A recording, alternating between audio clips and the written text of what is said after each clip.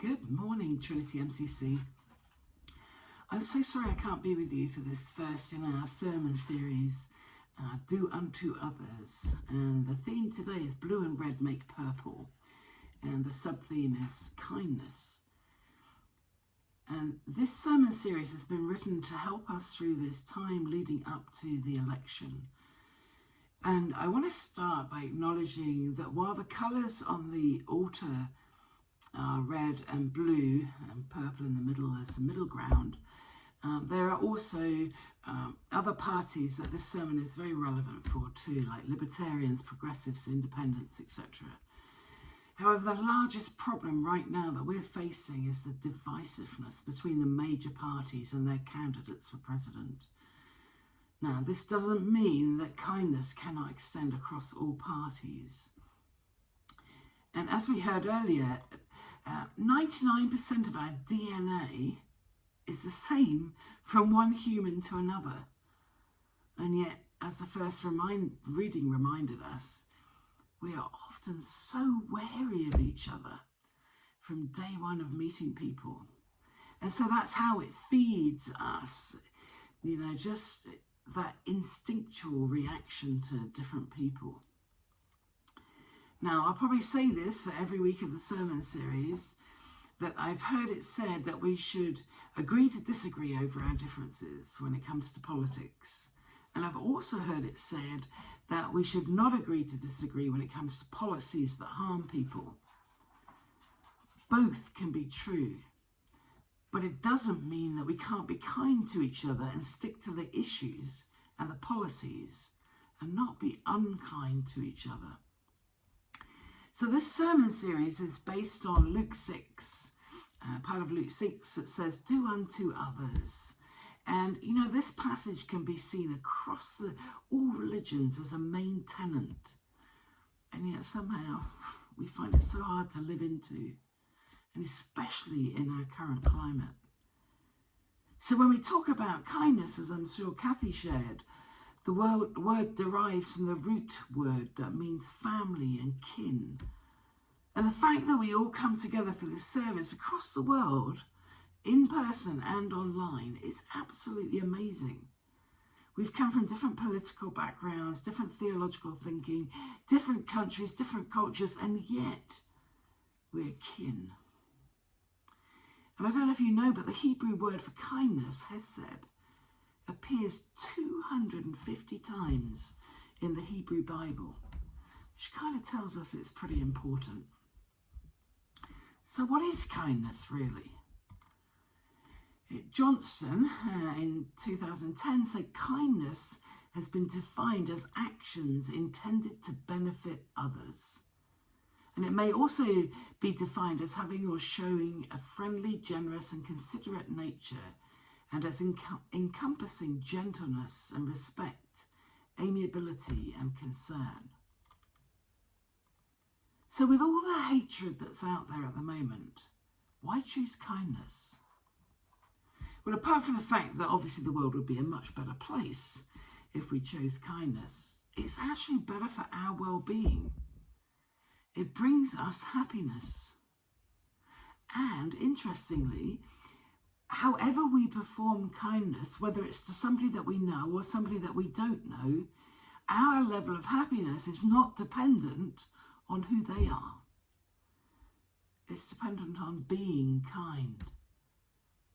So if we're kind to somebody we wouldn't normally be kind to, it doesn't mean it's harder, and it doesn't have less impact than if we showed that kindness to a friend.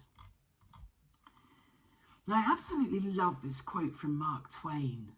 Kindness is a language that the deaf can hear and the blind can see. Kindness is a language which the deaf can hear and the blind can see. Kindness is universal. And there's a World Kindness Day on November 13th. And we really shouldn't need a day to acknowledge kindness, because we should be doing it all the time. But sadly, that's the way that we're living. So how can we be kind in this time of divisiveness? As maybe we could recognize what Charles Glassman said. Kindness begins with the understanding that we all struggle. And the heartache and frustration you feel when you look at politics is similar to the heartache and frustration that other people feel, even if they're on the polar opposite side of where you sit. We're all struggling. We all find it hard.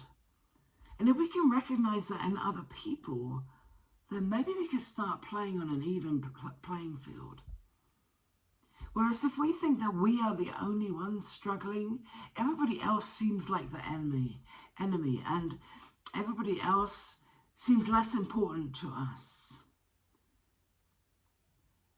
Now, it's hard because there are so many groups who are particularly demonized. And so how could, if we're part of that group, others be struggling as well? But they are struggling. It may be differently to you, but they are struggling. And so I want to share this quote from Orrin Hatch. And this quote is on the occasion of Ted Kennedy dying, his friend.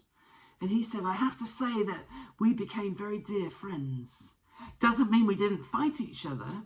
We fought each other like tooth and tongue. But afterwards, we put our arms around each other and laugh about it. And we passed a lot of very important legislation together. And I will greatly miss him."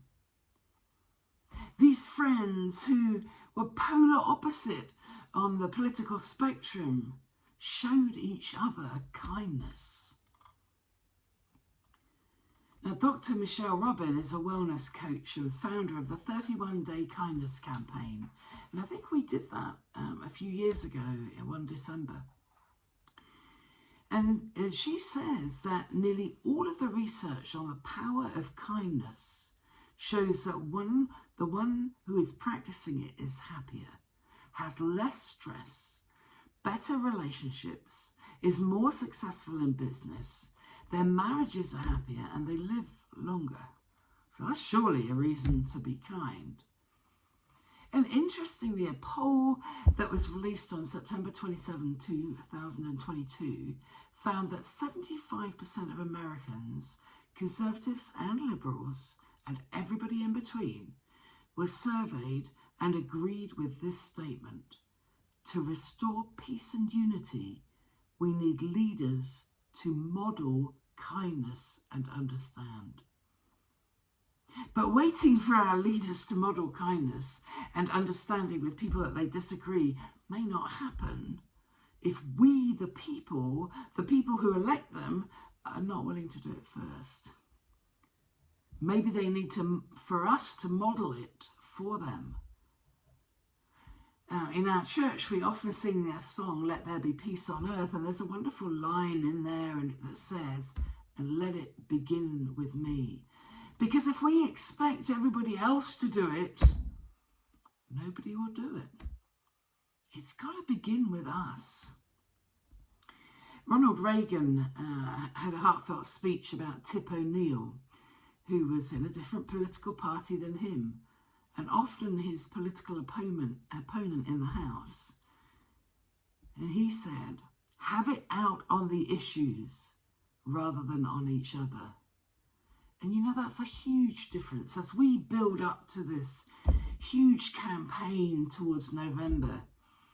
That if we're going to disagree with people, let's disagree on the policies and the issues without being mean-spirited to each other and attacking people instead of the policies. I want to share with you a reflection from the worship design studio staffer, Reverend Ben Hensley. And he said in this passage in Luke, this is part of the Sermon of the Mount, and sometimes that's called the Sermon on the Plain in Luke. In the Matthew recollection, it's the Sermon on the Mount. And he says there are many similarities in these crucial teachings.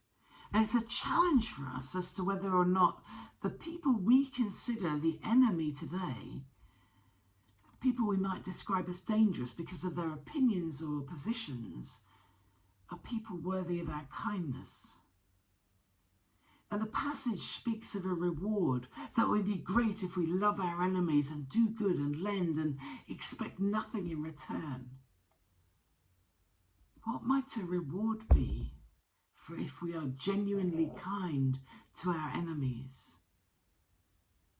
Today it might be hard to imagine it because there is so much out there that seems to be propped up to reward us for hating our enemy. And underneath this teaching Jesus gave to the people, I wonder if we might consider today just how rewarded we are for doing the opposite of kind. And what can we do about that in our own relationships and communities and encounters that we have? You see, when we post something that's hateful against the person who's opposite us, maybe we'll get more likes on Facebook or more followers on TikTok because we've been unkind to them. But what is the cost we're paying for not being aware of this negative reward that we're getting? Because what we're actually doing is reducing somebody's inherent humanity and belovedness in our eyes. And I can tell you the cost is huge to our spirits. Do you realize that the less kind you are, the more your spirit is deflated? Have a think about a time where you were less than kind or rude or divisive with somebody. How did you feel? Did you feel joy and happiness? But I can pretty much bet you didn't. Oh, there may have been a moment of satisfaction that you could outdo them or put them down because they were horrible. But I can tell you it really didn't fulfill your soul.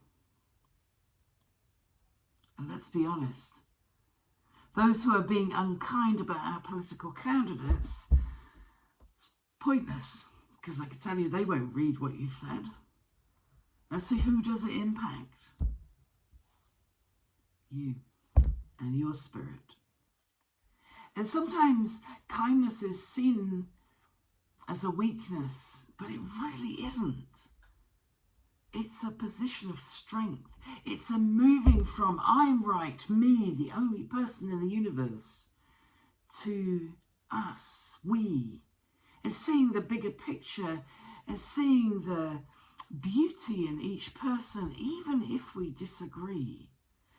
Now, I've been called an extremist for this way of thinking in the last few weeks, and I just said, I'll take it. Because if following the ways of Jesus is being an extremist, then I'm very happy to be one. But I don't think it is extreme. I think it is how life should be. It's just what Jesus taught. And, you know, does it mean I'm perfect? Oh gosh, no. But I keep trying. And I'll keep trying and keep trying. You see, kindness is doing the things that you may never be acknowledged for. And you should never be kind, expecting the person to be kind back. But know that when you are kind, even if it isn't received well in that moment, it really will make a difference. And that kindness will fill your soul. And you can practice kindness for kindness' sake, or for personal gain, or for the approval of others, but that's not what fills your soul. And so my challenge for us this week is to do unto others with kindness. Not for return, not for praise, but because if we, all of us, don't start to change this rhetoric in our lives, then we will never really know happiness. And the time leading up to November is going to be horrid. It's going to be hate-filled. And it's going to destroy our souls. And if we think it's going to get any better after November, let me tell you, if we don't start something soon, it's not going to get any better for us or for anybody else. So please, I urge you to seek out how to be kind this week in every single encounter that you have. Even if you vehemently oppose what the person is thinking. Because when we attack somebody else, what are they going to do? They're going to attack us back. Nothing has changed except our spirits are more and more depleted. So let there be peace on earth, and let it begin with me.